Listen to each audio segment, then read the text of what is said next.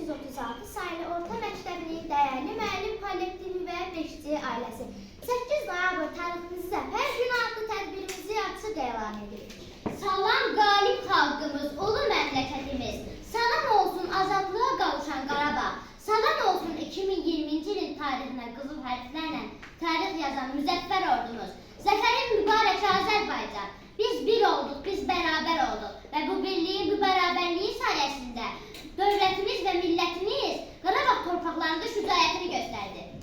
Zəfər günü Azərbaycan Respublikasının 2-ci Qarabağ müharibəsi qələbə şərəfinə qeyd edilən gün.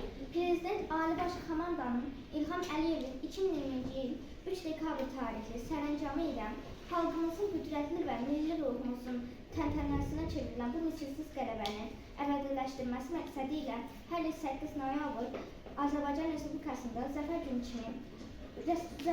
kimi təntənəli şəkildə qeyd edilməsi qərarı alınmışdır. Yaşasın Ali Baş Komandan və müzəffər ordumuz.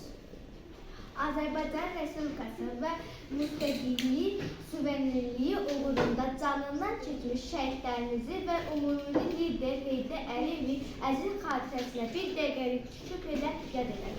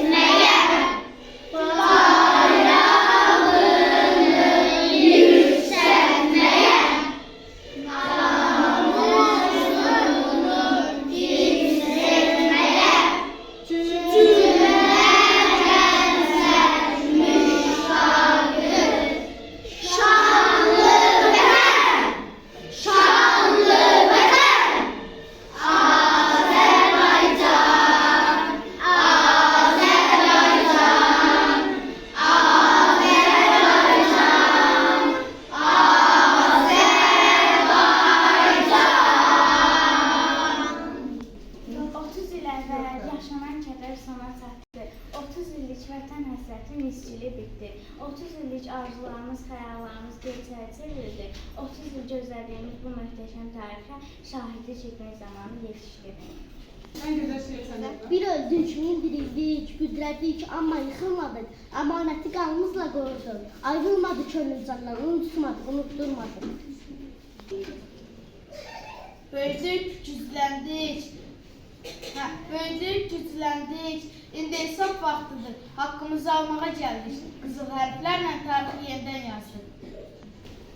Çox şükür əməyin getmədi boşa, bir məğrur orduyla yeridim başa. Bu şanlı tarixdir, qayıtdı Şuşa, zəfəri mübarək sən ay vətən. Gedən hər oğulla ağac saçır, verilən qərarlar dərdin əl açır. Füzuli, Qubadlı, Cəbrayıl açır, hünərin mübarəksən, ay vətən. Hər səfər xəbərin şəhidlə andıq, baxıb ailələrə nə qədər yandıq, kimləri itirdi, nələr qazandıq, hünərin mübarək sənin ay vətən. Yazılanlar çatmaz alın dərinə, bu xalq fərələr hər zəfərinə. Murov, Zəncilana, Xudafərinə, səfərin mübarək sənin, ey vətən. Başlayır. Həm sevinç, həm kədər, həm fərəhləndim. Ordumla emmədi, qamətin qətlin. Şanlı tarix yazdı, qazin şəhidin. Hünərin mübarək sənin, ay vətən. Tarix yazdı igidlər.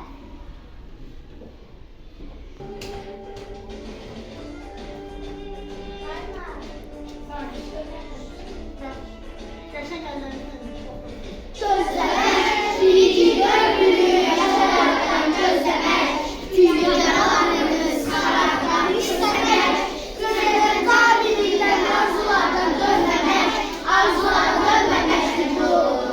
Zirvelerin kartalları, yurdun kahramanları, anaların duaları, çatar Tanrı'ya, Şuşa'nın yanan kurbanlı dağlarına, Şuşa kurbanam o kanlı kayalarına, Şuşalar kırmıştı kırkın aklına, Şuşa kucak açtı yiğit balalarına, Şuşa'nın yanan dumanlı dağlarına, Şuşa kurbanam o kanlı kayalarına, Şuşalar kırmıştı kırkın aklına, Şuşa kucak açtı yiğit balalarına. Şu günlerimiz eller önce karaldı, milletin sürüsü ellerinden alındı. Onların başka yolu kalmamıştı taş altı, sıkış yolumuzu taş altı. Zirvelerin kartalları, yurdun kahramanları, anaların duaları, satar Tanrı'ya, satar Tanrı'ya. Şuşa'nın yanan dumanlı dağlarına, Şuşa kurbana olanlı kayalarına, Şuşa'lar kırmıştı kırkın aklına, Şuşa kucağı açtı yiğit dağlarına, Şuşa meyveden dumanlı dağlarına, Şuşa kurbana olanlı kayalarına, Şuşa kırmıştı kırkın aklına, Şuşa kucağı açtı yiğit dağlarına.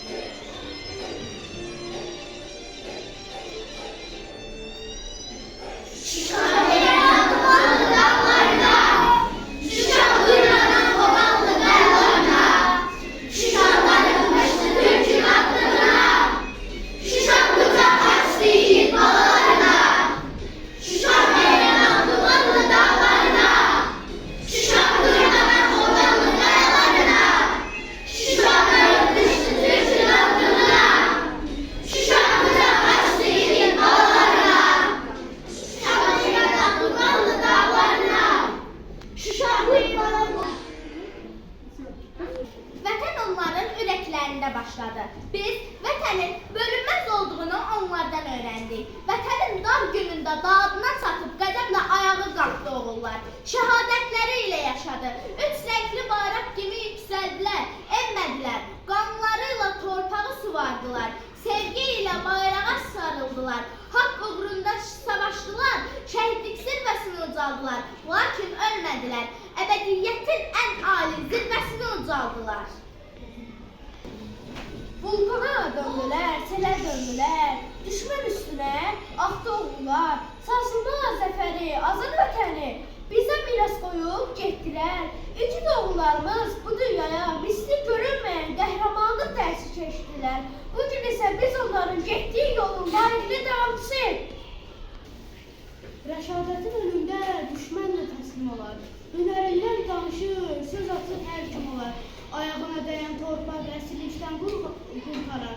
Sən qalxan ucalığa, dağlar həsir aparır Azərbaycan əskəri. Vətən sırtlarına keçməyə də hazırsan.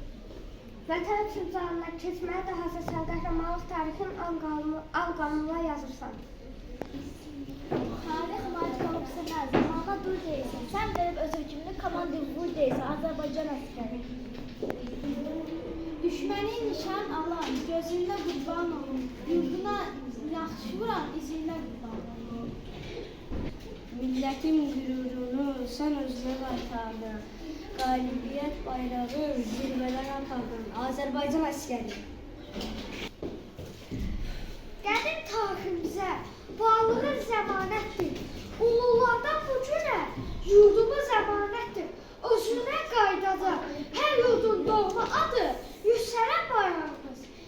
Zirvədən də uzadı Azərbaycan əskəri. Qələbə soraqlarını düşməni belə qırır. Yumruq kimi birləşib arxada millət durur. İşğaldakı torpağı qarış-qarış alarsan. Düşməni meydançasını şanlı zəfər çalarsın. Azərbaycan əskəri. Bugün qalibsən artıq, düşmənə vermə möhlət. Xilaskar ordusuna sənə güvənir millət. Azərbaycan əskəri.